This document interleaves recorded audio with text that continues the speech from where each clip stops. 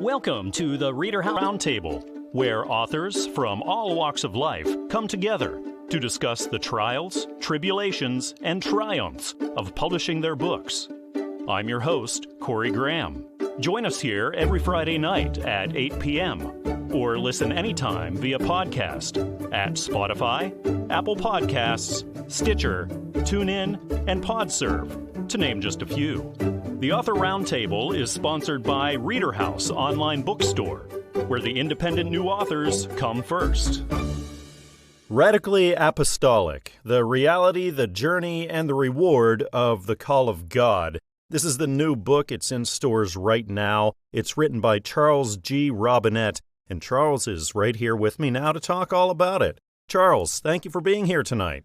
It's a high honor to be with you, sir. Thank you for taking the time to just talk a little bit about our book. It's great to have you here. So tell me all about it. What's Radically Apostolic all about? Well, we wrote the book, or I wrote the book, and I believe it would have been in 2020. And we had just transitioned back to Europe, and we were actually in Annemasse, France, when we took a brief trip over to Berlin, Germany, or what we thought was going to be a brief trip.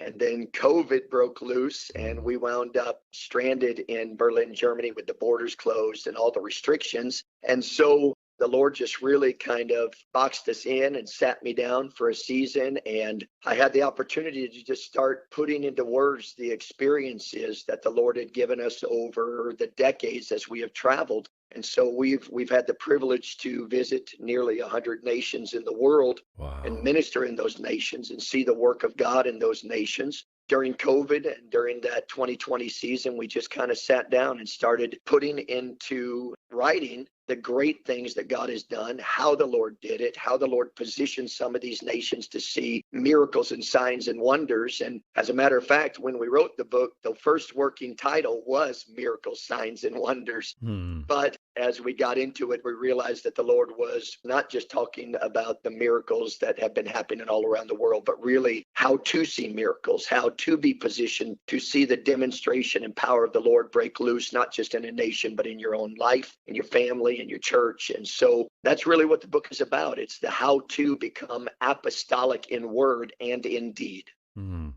Charles, what kinds of readers do you think would be really into this?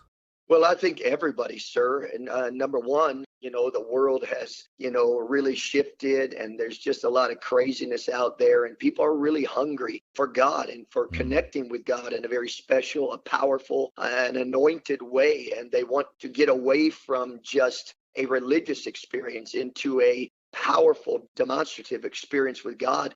And so I believe anybody who's hungry to step into a new dimension, that's ready to experience the power of God in their life, their ministry, their family, I think anybody, regardless of their walk of life, regardless of whatever religion that they are affiliated with, it really doesn't matter. Those that are hungry and that want to be mightily used of God and want to see the hand of the Lord activated in their ministry, that's who's going to be hungry to get their hands on this book. And beyond that, this book is filled with so much truth and revelation of the mighty God. And so I would think that anybody's hungry to know God, anybody who wants to know how to pray, anybody who wants to learn what prophetic prayer is and to see the power of the Lord activated in their life, that's who's going to be interested and who's going to go out, get this book, and not just get this book, but maybe get one for somebody else as well. Charles, is this the first time you've written or had anything published? Yes, sir. To be honest, this was a terrifying experience. Well, how did it feel then whenever that day came and you got that first copy and you got to hold it in your hands for the first time? Well, if I was to be brutally honest, I cried. It was, I didn't go to college. I don't have any, advanced education that would make me qualified to write. And so to, have that miracle opportunity where God just sat me down for a season and allowed me to put into words the things that he'd allowed me to see over all of these years, it was really an amazing experience. And when I got that first copy in my hands, oh my goodness, sir, it was just a real emotional moment. And my wife and I were sitting there together when it arrived, and to see, this radically apostolic book in print that I'm definitely not qualified to write, but somehow God just anointed us to do it. And to see the Lord just take a nobody from nowhere and allow us to put something just of kingdom value into the hands of so many people we just feel humbled. The book is titled Radically Apostolic: The Reality, the Journey, and the Reward of the Call of God. It's written by Charles G. Robinette, and it's published by Christian Faith Publishing. You can pick this up everywhere: Amazon, Barnes & Noble, iTunes, traditional brick-and-mortar stores, everywhere you shop for your books. Thank you again, Charles, for stopping by the show. I had a really nice time talking. It's been my honor, sir. Thank you for taking time for me. This book is a very personal collection of poetry about life, and it's in stores now. It's titled A Collection of Poetry About Life. It's written by Shannon Anderson, and she's right here with me now to talk about it. Shannon, thanks for joining me tonight. Thank you, Corey. It's really exciting. People can pick up this collection of poetry about life everywhere. Shannon, can you tell us all about it? Basically, it's about everything that I went through in my 50 years of living, and I just put most of my experiences that I dealt with into poetry. And what gave you the idea to write this and have it published for the world? Well, actually, my aunt inspired me and my mom to write the books because I basically been writing since I was 19, and I decided to get them published because of the pandemic. So many people were going through some of the topics that I touched on in my book, and I thought it would be an inspiration to people to hold on and keep the faith. Specifically, were there target readers that you had in mind whenever you were putting this out? Actually, no, it's for all ages. I mean, the young, the old, it really doesn't matter. So I wasn't specifically targeting any age, just anyone who found any of the poetry helpful. I have a feeling this is the first time that you've been published. Is that correct? Yes, sir. This is my first book that I've actually published, and I'm looking forward to putting out a part 2 to the collection book of poetry. Oh, how far along are you with that? Well, maybe about another couple of months, because I want to at least have about 50 to maybe 55 poems. Right now, I'm only at 42. So I want to try to come up with a little bit more poems to complete the book. And my goal is to probably stop around 50, maybe 55 poems at the least. What did it feel like then whenever you got the first copy of a collection of poetry about life in your hands? You got to hold it. What was going through your mind?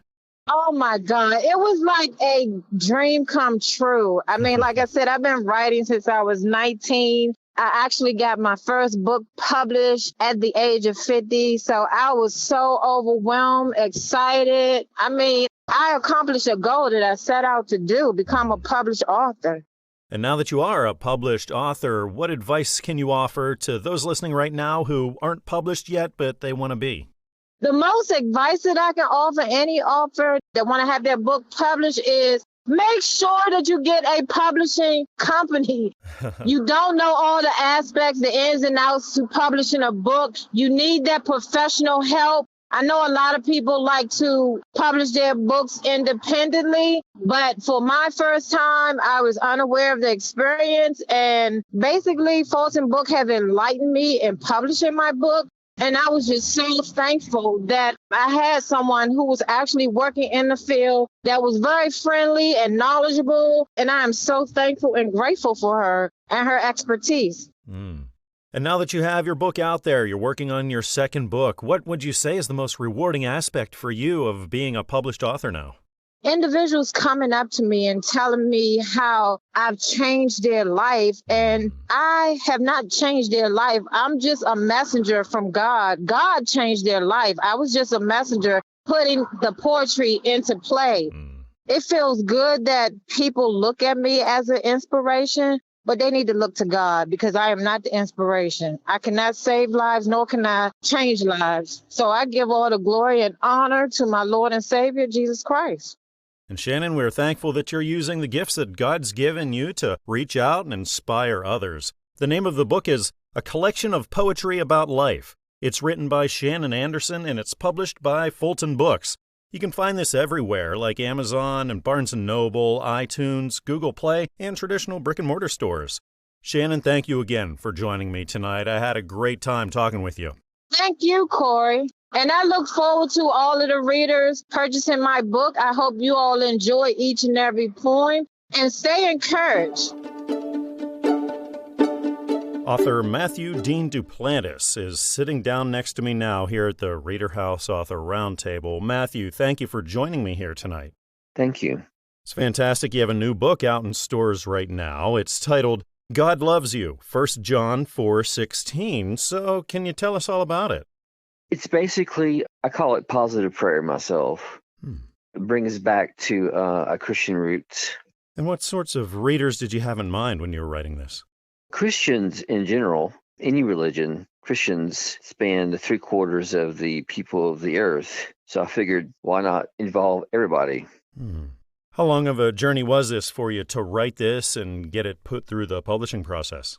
4 years. And is this the first time you've embarked on this journey when it comes to writing a book or being published? Yes, this is my first time. Sure, you learned a lot along the way, especially being your first time. So, what advice would you give to people who are just about to do the same thing? Prayer has always been an avenue for me to pray into God. Whomever you hold, the creator of the universe, be able to communicate and ask for help. Most people don't even know they can even ask. But it's there. Our Christian faith is there. And depending on your own point of view, there's quite a few Christian religions out there to choose from.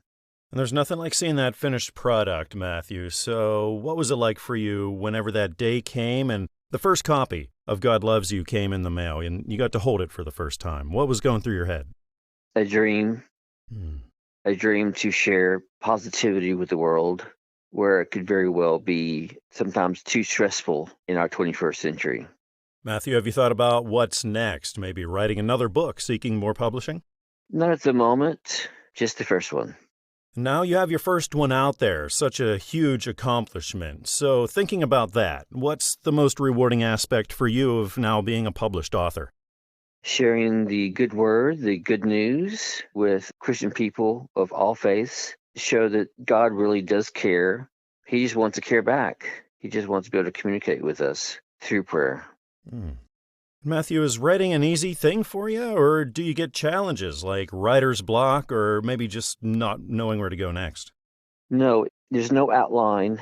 There's no index. I started with a particular thought. It was a run on the very same thought. It just led one step to the other. Sort of like telling a story and following those little steps. I'm hoping the readers will appreciate what I have to share to them. So it sounds like a journey of discovery, not only for the reader, but this was also one for yourself as well. Yes, I'd learned a life of being more positive when I moved out of my parents' house, and I wanted to heal. I knew I had to do that, but I wanted to share the same things I learned of positivity with the glass for me now is half full, not half empty. And Matthew, when you sit down to read, what kinds of things do you find yourself drawn to? I assume the Bible might be one of those. Yes, actually it is. The Roman Catholic faith has been a backbone for my life. The Bible itself, I've done plenty of reading, and actually there's a lot I haven't read. I initially started with just the New Testament, but there's some Old Testament books that I'm starting to understand that's also very beneficial. And Matthew, do you have a routine for writing? Like, do you like to maybe do it in the morning, at night, at a certain place, or do you just find yourself writing whenever that inspiration strikes you? It struck me because I figured out I needed to do something in life, like get married, for example, and I needed some way to support my future idea of marriage. I couldn't do it empty-handed. I looked at my life, asked my question to myself, what can I share that no one else knows? And I immediately kept coming back to prayer, which is, I've got most of it through the Roman Catholic Bible myself. The name of the book is God Loves You, 1 John 4:16. This is written by Matthew Dean Duplantis, and it's published by Christian Faith Publishing. Of course, you can find this everywhere that you shop for books, like Amazon and Barnes & Noble and iTunes and traditional brick-and-mortar stores. Matthew, I really appreciate you coming on the show here with me again tonight. I had a really nice time talking with you. Thanks. God bless you. I'm delighted to be joined by author Ellora Johns right now here at the ReaderHouse Author Roundtable. Ellora, thank you for being here with me tonight. It's such a pleasure to be here. It's really exciting. You have a book. It's out in stores right now. It's titled The Adventures of Eli and Tig. Can you tell me what this book's all about? It's about a little boy who goes on an adventure with an imaginary friend, and this little boy really loves pigs, and his imaginary friend is a pig. And they go into this imaginary land, and they enter into a baseball game that is a little bit unusual. And the characters in the baseball game are the farm team and the zoo team.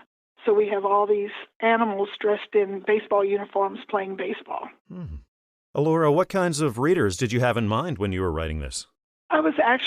I wrote it for my grandson who is in the 3rd grade. I was aiming at elementary age boys, but my granddaughter seemed to like it too, so. And how did you get the idea for the story and for Tig the pig? Well, my grandson Eli loves pigs.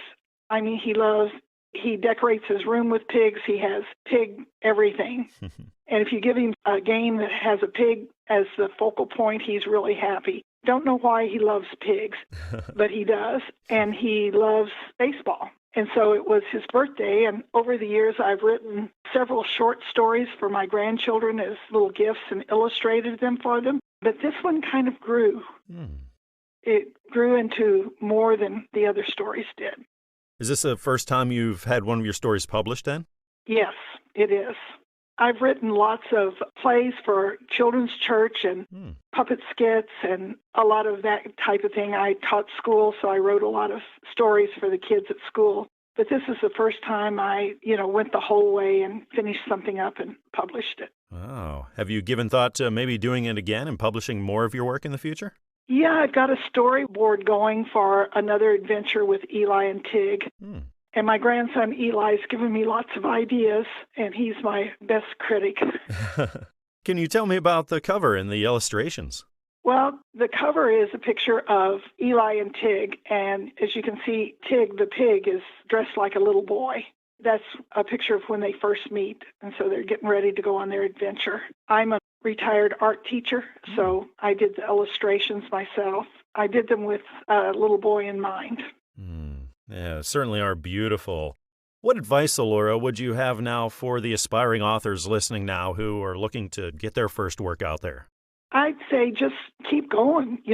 Don't get discouraged. It took longer than I thought it would, and it's not a fast process. So, you can get discouraged and want to stop. But I'd say if you've got a good story and you feel like it would be a blessing to others, just go for it. I know a lot of authors tell me that they feel really encouraged once they get that first copy, that first physical copy in the mail. They get to hold it in their hands for the first time. What was that like for you? Well, that was fun. I think my husband got more excited than I did. But when we went up to my grandson's house and I gave him a copy, that was really exciting for him to see his story in print. So I think that kind of was the cherry on top of the ice cream. When you're writing, is it an easy thing for you, or do you stumble sometimes and hit writer's block? I'm a pretty good storyteller, so once I start something, it kind of flows. The hard part is going back and making sure your sequence is correct and that your grammar and your punctuation is correct. The actual storytelling is the easy part for me. And I encourage readers of all ages to check this book out. It's called The Adventures of Eli and Tig. It's written by Alora Johns, and it's published by Christian Faith Publishing. You can find this everywhere like Amazon and Barnes & Noble, iTunes, and traditional brick-and-mortar stores. Ellora, I really appreciate you coming on the show with me here tonight. I had a very nice time talking with you. Thank you so much for having me. I really love the title of the book I have here with me now. It's titled Stop Bullying Before It Starts, and the author, Kenya M. Tuff, is sitting right next to me now here at the ReaderHouse Author Roundtable to talk about it. Kenya, welcome to the show. Thank you for being here. Yes, hi, everyone. Thank you for having me, Corey. Well, this is great. You have this book out in stores now, Stop Bullying Before It Starts. Can you tell me all about it? The book was written, it's so funny. Okay, so this book was little over 10 years in the making. I started writing this book. I wrote a good majority of it way back in 2010 at a job I had, actually. I actually wrote majority of the book, like I said, on the job that I had at one time. And what inspired me and compelled me to write it was because during that time, bullying had become very prevalent, just very out of control. I mean, it seemed like every time I looked at the news, every other day I was hearing about how a child had committed suicide caused by bullying. What is being done about this? This is a crisis. It's becoming like what we have now, almost like a pandemic. And it was beginning to happen globally, worldwide. And before, there were all these programs now in place to help children cope who are being bullied, and all of these anti-bullying programs there. These things didn't exist during that time. So that's what made me sit down and want to share my experiences, tips, and advice that worked for me as a teenager, adolescent teenager, and share it with everyone. Because as I put in the book, in the summary on the back cover, it really doesn't begin or stop with the youth or children. The book is written for everyone, because as I also mentioned in my book, even adults are bullied, mostly in the workplace, and it's mostly done in a black sheep like manner, same as a child. You're the black sheep. We don't want anything to do with you. And those are the employees who are, so mistreated. They're not one of the favorites. That's also me. So I just can't escape it. Bullied as a child, not the favorite, almost anywhere I work. That's what compelled me, because like I said, at that time, no one was trying to, from what I saw, no one was trying to help these kids. And like I said, all of these programs you have now, they didn't exist back when I wrote the book. Is this the first time you've ever written a book or been published? Yes, actually it is. Yes, this is my first book. Congratulations. Did it take you a long time to do this? No, to actually write it took me only about a week. But the publishing part, getting up the money, the funds to get it published, that's what took years, because unfortunately I was not working on it, jobs that paid well to, try to get a book published and pay bills and eat, buy groceries. Right. So, but about 3 years ago, I was finally blessed with a job that paid an adequate income where I could get the book published. I'm glad it took some time, because I had, several typos and all, kind of mechanical errors that I had other people to review for me. And I'm glad, because I would have been looking like a complete uneducated idiot had it been published the way it was, with all of those grammatical errors and things, as they call them. Yeah, it was really wise for you to reach out and seek help when you felt that you needed it. Mm-hmm. What was it like for you then, Kenya, whenever you got the first copy of this, you got to hold it in your hands? It was, yeah, of course, it was exciting. I'm like, yes, this is my work. I finally did it. It was over 10 years in the making, but I did it. Now I'm just ready to, I didn't do it solely for money, but I would be lying if I said I'm not ready to see some royalties start to come in. The name of the book is Stop Bullying Before It Starts. It's written by Kenya M. Tuff, and it's published by Christian Faith Publishing. Of course, you can buy this everywhere, like Amazon and Barnes & Noble and iTunes, traditional brick-and-mortar stores, everywhere you pick up books. Kenya, thanks again for coming by the show. I had a really nice time talking with you tonight. Thank you, Corey. I enjoyed it. It was pleasant, and thank you again for having me. I'm really happy to be talking now with author Patrice Sondersen here at the ReaderHouse Author Roundtable. Patrice, thank you for coming on the show here with me tonight. Thank you for inviting me. I appreciate it. It's really exciting. You have a new book out in stores now. It's called Jesus Intensive, My Jagged Journey in Faith. So this sounds like something that's really personal to you. Can you tell me about it? Oh, my goodness. Yeah, actually, I almost started to cry. It was very personal. It was about a unexpected life change. I really had nowhere to turn. And so it really became a jagged journey in faith. I was born again as a child, but I didn't know that God would actually help me in life. I just kind of thought God had forsaken me. And I didn't know that you could actually have faith and trust that God will take care of anything you're going through. because the last 20 years of my life up to that point, it seemed like every direction I was going to, it was just one closed door after another, and the mountains just seemed like they were getting bigger and bigger, and I felt trapped. When my life suddenly changed, I thought, here I am, I'm buried. I would rather just be dead because I'm just going to get buried by these mountains and there's no way out. But I found a mentor at church. Every time I would ask her a question, her response back to me was, what does God say? That seemed insane to me. What do you mean, what does God say? You know what God says, so I need you to tell me so I know what to do. And so I decided just to sit in my bed one day, and I began reading the Bible, starting at Genesis 1:1. And I didn't stop, and I forced myself to read it until I finished all the way to Revelation, but I read it in order. And at some point, probably about 2 weeks into reading the Bible, maybe 3, I felt like God was starting to talk to me. So I was starting to understand what she was trying to communicate to me. So this thing that I really dreaded her telling me and answering all of my questions with really turned out to be a blessing going forward. Patrice, can you think back to that moment when you decided to sit down and write this story and tell it to the world? It must have been a difficult decision. Actually, when I started to write the book, it was actually when everything closed down from COVID. And one of my girlfriends that I had met in California in a marriage restoration ministry, she had reached out to me that morning, and we were going back and forth, and we were talking about, because we both had the same mentor with this marriage restoration ministry, even though we were in different states. We were both talking about how our experience 10 years ago with our life changes actually prepared us to not be in fear with COVID shutting everything down, because now there were a lot of people that we were noticing in a tremendous amount of fear. So as soon as I finished talking to her, actually, while I was talking to her, that's when I felt like I needed to share my experience. Everything just kind of fell in a line. As soon as I hung up with her, the name of the book actually came to mind. And the first thing I did was go to GoDaddy and secure the domain name.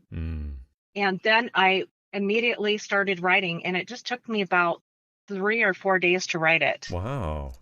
Have you ever done anything like this before when it comes to writing or anything? No, I did terrible in English in school. Wow, congratulations. What advice could you give now to authors who are listening now? They're just starting out and looking to go on this journey as well. Go with where you feel led. If it just pours out of you and you feel like it's going to help other people, share things that are going to help others out of their circumstances. Because if you're not going to show people a path or a way, then it doesn't really help them. People really need, you're not going to hit everybody, but there's always going to be that one person out there that will benefit from what you have to say. And it could be the one thing that can save their life and get them going in a positive direction rather than going in a negative direction. It might be the one thing that gets them going and saves their life, basically, or saves their soul. Well, I know a lot of people are going to be helped and inspired by this book. It's called Jesus Intensive, My Jagged Journey in Faith. It's written by Patrice Sondersen, and it's published by Christian Faith Publishing. Of course, you can find this everywhere that you go shopping for your books, like Amazon, Barnes & Noble, iTunes, and traditional brick-and-mortar stores. Patrice, it was really great having you on the show here tonight. Thanks for stopping by. Thank you. I'm really happy to be joined right now by author Deke Cateau here at the ReaderHouse Author Roundtable. Deke, thank you so much for joining me. Hey, Corey, thank you so much for having me. It's a pleasure. It's great to have you here. It's so exciting that you have a new book out. People can buy it everywhere. It's titled Brushfire, COVID-19 and Our Nursing Homes. So can you tell me what this is all about? Hey, so the book is actually about the plight or the battle that nursing homes, specifically the 3 nursing homes of which I'm so proud to lead, had throughout COVID. So while it's based on my experiences and AG Roads, which is the nonprofit organization in Atlanta, Georgia, which I lead, while it's based on our experiences, undoubtedly the experiences that were experienced by every nursing home in the country. As you know, nursing homes were ground zero for COVID. Most of the COVID cases and deaths actually were in nursing homes. So it's me chronicling those experiences that we had and actually are still going through at this time. This is so important to be talking about right now. Deke, did you have any certain readers in mind when you wrote this? Yeah, well, there's several groups. I would like every nursing home staff member to read this book and understand that their plights and their cases will never be forgotten and are understood. I also want consumers, I want the media, and a lot of people who misunderstand nursing homes and then misunderstand the cards we were dealt to read this. So really, it's a book for everyone, not just nursing home staff, but consumers who may want to move into nursing homes, and media and other stakeholders who I think do not understand nursing homes really need to read it as well. This sounds like it might have been something that took you a long time to write and put together. Is that the case? So actually, no. It took me, although it is my first book, I will say that.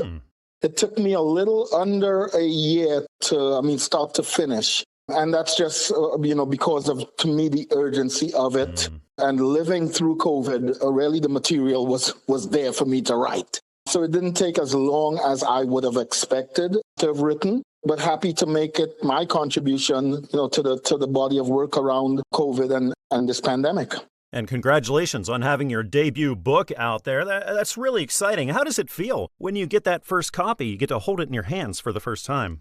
Oh my gosh, that was an awesome feeling. We all dream about writing a book. I've said that for years, that I've seen a lot in nursing homes and I could write a book. We all think about it, but it's never something we actually act on. So for me to have actually written one, that day, like you said, when those first couple copies arrived and I looked at it, it was a true feeling of joy and pride. What are the chances that we'll see more books from you in the future? You know what? I may. I'm not going to make any promises, but I may. I think, again, this topic was such an important topic and a topic which is so personal to me. And undoubtedly, as I live, as life continues, there would probably be other things that I'm as passionate about. So I'm going to leave that open. You may see more to come. Well, I sure hope that we do. Now, do you have any advice for people listening right now who are authors just starting out? Yeah, take the moment. I used this moment because it was there. It was in front of me. It was a difficult time for me. I was suffering from insomnia. I wasn't sleeping at night. And I channeled a lot of that into writing this book. So I would urge anyone thinking about writing a book to, when those moments occur, use those moments to your advantage. Do not waste the moment and the opportunity to start writing and start jotting down your ideas and chronicling. There are lots that happens in our lives that I think we do not chronicle. And I think chronicling is very important because it leaves a history of that moment that's going to be etched there forever. You can't take that away. A project like this is certainly difficult to take on alone. So, Deke, did you have anybody in your life who knew you were doing this and they could be there to maybe back you up, motivate you, encourage you? Yeah, so my family, firstly, always my wife, Kia, my children, Danielle, Kiana, Jeremiah, certainly encouraged me throughout this journey. My staff, some directly did, and the frontline staff, literally in nursing homes, who I wrote this book for, who I dedicated this book to, they gave me the motivation to keep doing it. As a leader, there's only so much I could have done for them, and I continued trying to do those things to help them. But more importantly, too, I wanted to make sure that their plight was not forgotten. So I thank all of these groups of individuals. Some, again, helped me more directly than others. But in general, I thank all of those. And I thank those people who have gone before me who helped me. And I was motivated by the thoughts of my mom and my dad who are no longer with me. And I was motivated by thoughts of their pride in knowing that their son would have written something as seminal as this is. So I thank all of these groups, those with us and those that were not with us. And this book is dedicated to them all. And I hope my listeners will check this book out. It's called Brushfire, COVID-19 and Our Nursing Homes. It's written by Deke Cateau, and it's published by Fulton Books. Of course, you can find this everywhere you go shopping for books, like Amazon and Barnes & Noble, iTunes, Google Play, and traditional brick-and-mortar stores. Deke, thank you for joining me tonight. Thank you for your hard work on all these important things. I had a great time talking. Thank you so much, my friends. And again, thank you to all the frontline heroes working in nursing homes and healthcare throughout the United States and throughout the world. I thank you all. Sitting down with me now here at the ReaderHouse Author Roundtable is author Christina Schwabauer. Christina, thank you for being here with me tonight. Hey, it's great to be here. Congratulations on having a new book. It's a children's book called Bunny. So can you tell me all about it? Yes. It's a story about Bunny from Bunny's perspective, and it's Bunny and her best friend Jessica. And my daughter is Jessica, and when she was little, her best friend was Bunny. She lived with Bunny. She took Bunny to everywhere with her, and they literally spent their days together like best friends. And so that's what I wanted to bring forth in the book, was just like their day of joy that they had together with each other. Was there something in particular that sparked you to say, hey, I need to sit down and write this book and get it out to the world? Actually, it's kind of crazy because I just sat down one day and was thinking about it, and I grabbed a piece of paper and started writing. And within like 20 minutes, it was there and done. What sorts of readers do you think would be really into this?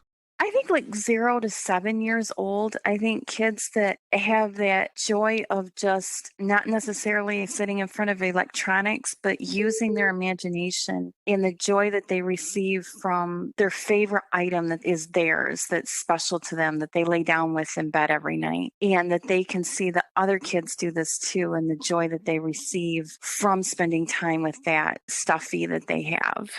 One of the first things that really caught my attention about your book is the cover. The artwork is really striking. It's beautiful. This is illustrated by Jennifer Ross. Can you tell me about that?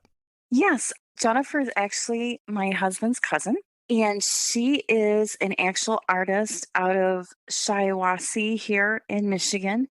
And she works at the Shiawassee Art Center, and she has her own shows. She's just a phenomenal talent. I know you said you looked at the cover, but if you look at the illustrations, you'll see the brush strokes that she actually sat with paint and canvas and touched each one of these pictures probably 3 or 4 times until the finished product was there. And just the phenomenal time she took to put into it. And the way she made Jessica and Bunny come alive and leap off the page is how I remember things. She's just so talented and such a blessing.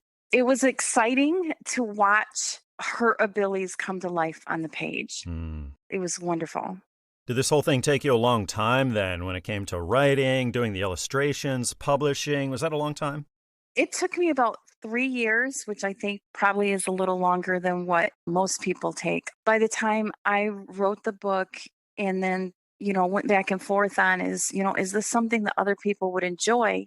And then taking time to look into publishing companies and find all that information out. With this being my first work, I had no idea on those different things. And so just, sitting down and talking with different publishing companies. And then Jennifer had the illustrations for probably a year, and then taking it back to the publishing company and going through the different things that they have to do. That took about 10 months.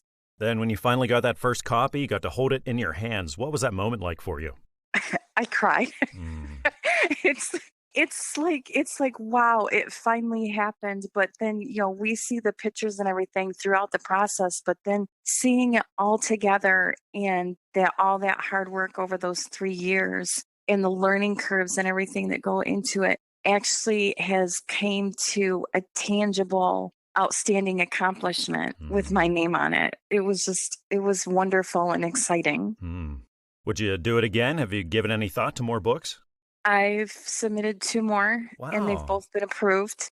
It's just getting those rolling, and I'm going to speak with her about doing the illustrations on the one. And then the third one, I'm actually in conversation with the publishing company about getting that signed and getting that rolling.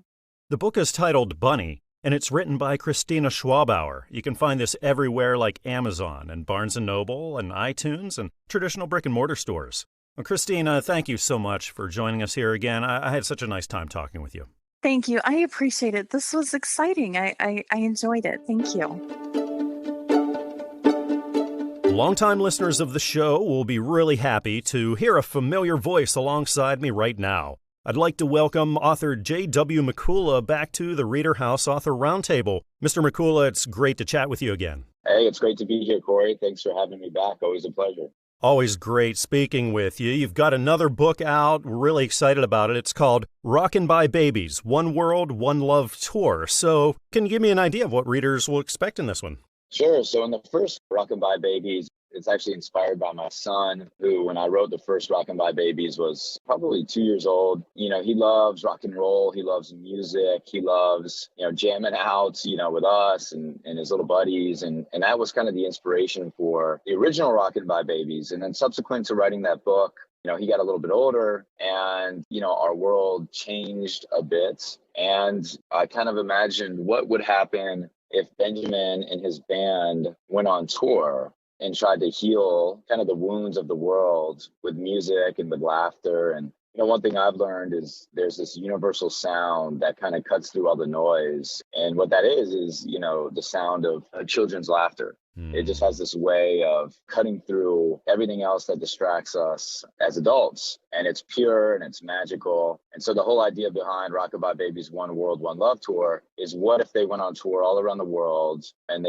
used music and laughter, again, to heal the world's wounds, to get adults to listen to one another and to see the big picture, right? Often as adults, we probably make that a whole lot more complicated than it should be. So sometimes it takes a child's voice to, again, cut through all of that and get us to listen.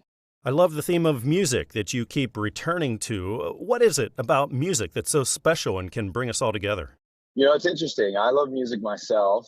So that's the one thing me and my little man share in common. And one of my favorite things to do is go to live music events, all genres, all shapes, all sizes. And what's cool about that is when you go, what you find is that music cuts across wide swaths, right? Like music does not discriminate. It's all inclusive, and people take from music whatever they need to take from music. But it's this great unifier. And that's what I really like about it. And I felt like, against the backdrop of what was going on in the world at the time and continues to go on, everybody could use kind of a great unifier, something that, again, that rises above the noise that could pull us apart. And music just has that power. And who better to bring that power to the world than the Rockin' by Babies? Absolutely. Do the Rockin' by Babies have plans after the tour now? Do you have plans maybe for another sequel? The Rockin' by Babies, I think this tour took a lot out of them. So they've had to do a little bit of resting. They're powering up with plenty of milk and apple juice and fruit snacks and other things that any touring band of their caliber needs to recharge. But from what I understand, they're back in the studio working on new music. And once they're done with that new music, they're going to want to bring that to the world. And they have a lot of now raving fans that are waiting for that. So stay tuned. I think Little Birdie told me they'll be going back on tour sometime in the near future. So watch this space. Writing a book takes so much time and energy, so is it all worth it? What makes the whole thing worth it to you? Bringing your creation to life, it's kind of like, in many ways having a child and bringing that into the world. But in this case, a child, it's kind of like, even with Benjamin, he was a wild card. I didn't know. You never know how things will turn out. But with something like this, it's like a ball of clay that you can mold into your baby and into your creation and release it into the world. That's exciting, and it's also scary. Right? Anytime you release something out into the world, it can be criticized, but it can also have a huge impact in ways that, as authors, is very, very powerful. And you never know whose life it could change, right? And so I'm motivated by the feedback I get from those that pick up the book and read it, and it impacts them in interesting, powerful ways that I would never be able to do if I just kept that locked inside my head. So I'd say the pen is still a very mighty weapon. And as an author, you can use it for good and for inspiration. And, as daunting as that can be, it's certainly a worthwhile pursuit. And then once it's done, you got to tell people about it, right? Because otherwise it's just going to sit stagnant. So once you do get it done, you do have to, spread the word. And that's a whole nother conversation. But I would say, don't be shy. Don't be shy about putting words on paper. And then don't be shy about spreading the word once you do have your book finished and published. Well, I encourage our listeners to check this book out. It's called Rockin' by Babies, One World, One Love Tour. It's written by J.W. Mikula, published by Christian Faith Publishing. You can get it everywhere: Amazon, Barnes & Noble, iTunes, traditional brick-and-mortar stores, everywhere. Mr. Mikula, thank you again for coming by the show. I hope we can do this again soon. Likewise. Thanks for having me, Corey, and looking forward to coming back again soon. The Zinc City, Web City, Missouri. It's the new book. It's out in stores right now. It's written by Jeanne Newby, and Jeanne is right here with me now at the ReaderHouse Author Roundtable. Jeanne, thank you so much for being here. Well, thank you. Can you tell me all about what readers can expect in the Zinc City, Web City, Missouri? Well, it kind of gives you an idea of what it was like for a small town to get started just because someone uncovered a tiny piece of lead. So what inspired you to sit down and write this? Well, I've had a column in our local newspaper for the last 32 years, and it was all on the history of Webb City. And so several friends kept asking me, please put it in a book. Please put it in a book.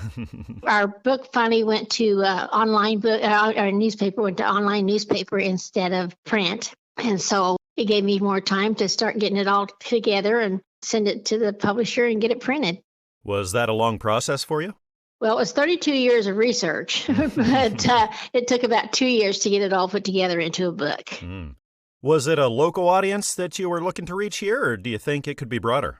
Well, it was a little bit broader because we have a lot of people who have moved away from the area who still took a subscription to the newspaper. Now, those that live away are buying the book also. Yeah, certainly. I think a lot of people could find a lot in this. There's certainly a lot of interest in this city. Can you give us a taste for maybe something interesting that readers could find? Well, I was able to do a lot of interviewing of older people because since I started 32 years ago, they were all still alive at that time. And I got a lot of stories that were firsthand, that weren't just local history. You know, I mean, like one gentleman during the Civil War, he was sent down to around Texas area. And so whenever the war was over, he wanted to come back to this area, but he only had $5. So he took that $5 and he bought a horse and he started training the horse and doing upkeep on the horse. Anyway, he was able to sell that horse for enough money to get back to Jasper County area, which is where Webb City is. And he was able to have enough money to invest in some mining. He wound up having a beautiful mansion here at and he had an estate over in another area town of Carthage. He wound up being a millionaire when he only had $5 at the end of the war. Is this new to you when it comes to book publishing? I know you've been writing a long time, but as far as the publishing thing goes, was this new for you? This is the first time to have it professionally published. I've done local printing of cookbooks, and I made a few pamphlets of doing a history walk through town and stuff along that line. But this is my first time to actually had it professionally published. Oh, congratulations on that. You know, a lot of our listeners right now are just starting off. They want to get their first book published. What words of advice could you give them? Proofread. I was expecting the proofreading and stuff along that time, but what I realized that I guess some of us overuse commas. And so I had to keep going back through and taking out some of the commas that I have used along the way. But other than that, it was very educational, just having them send you things at different times in the process of doing the publishing. And each time they would send me a different chore to do, got me all more excited about the day would come when that was published, and it was exciting. When that day came, when you held that book in your hands for the first time, what was that like? Almost like having my baby. It was so exciting to see it. You got it in your mind as they're publishing it, but until you actually pick it up and hold it in your hands and see the beauty of that book, it's just amazing. Have you given any thought to doing it again and publishing another book? Yes, I've already got the next book because 32 years of research did not fit in one book. So I've already got the second book going. It'll be more on the businesses and the excitement of the mining and along that. Anyway, then I have a third book that through the years I've done the interviews with different people, and they tell you their memories of growing up in a small town. That's going to be the third book. So anyway, that's as far as I've gotten so far. Fantastic. So looking back over your writing career, what would you say is the most rewarding aspect of knowing you've been published, your work is out there, there are lots of people who are reading you? Well, my main thing is I keep telling everybody, write your story. Tell your story of your life that only you can tell. So this is what these people have done by letting me interview them, was I get to tell their stories, and they're there forever now. People will always be able to read the history of, the man who made it rich, and also the ones who came rich and wound up broke. It's a history of people, their lives, and what all they had to put into making Webb City what it is. Well, I encourage people to check this book out. It's called The Zinc City, Webb City, Missouri. It's written by Jeanne Newby, and it's published by Newman Springs Publishing. You can find this everywhere that you get books, Amazon and Barnes & Noble, iTunes, traditional brick-and-mortar stores everywhere. Jeanne, thank you again for joining me tonight. I had such a wonderful time talking with you. Well, thank you. I love talking about it. Thank you. We hope you enjoyed this edition of the ReaderHouse Author Roundtable. where authors from all walks of life come together to discuss the trials, tribulations, and triumphs of publishing their books. We hope to see you back here every Friday night at 8 p.m. or listen anytime via podcast at Spotify, Apple Podcasts, Stitcher, TuneIn, and PodServe, to name just a few. The Author Roundtable is sponsored by ReaderHouse Online Bookstore, where independent new authors come first.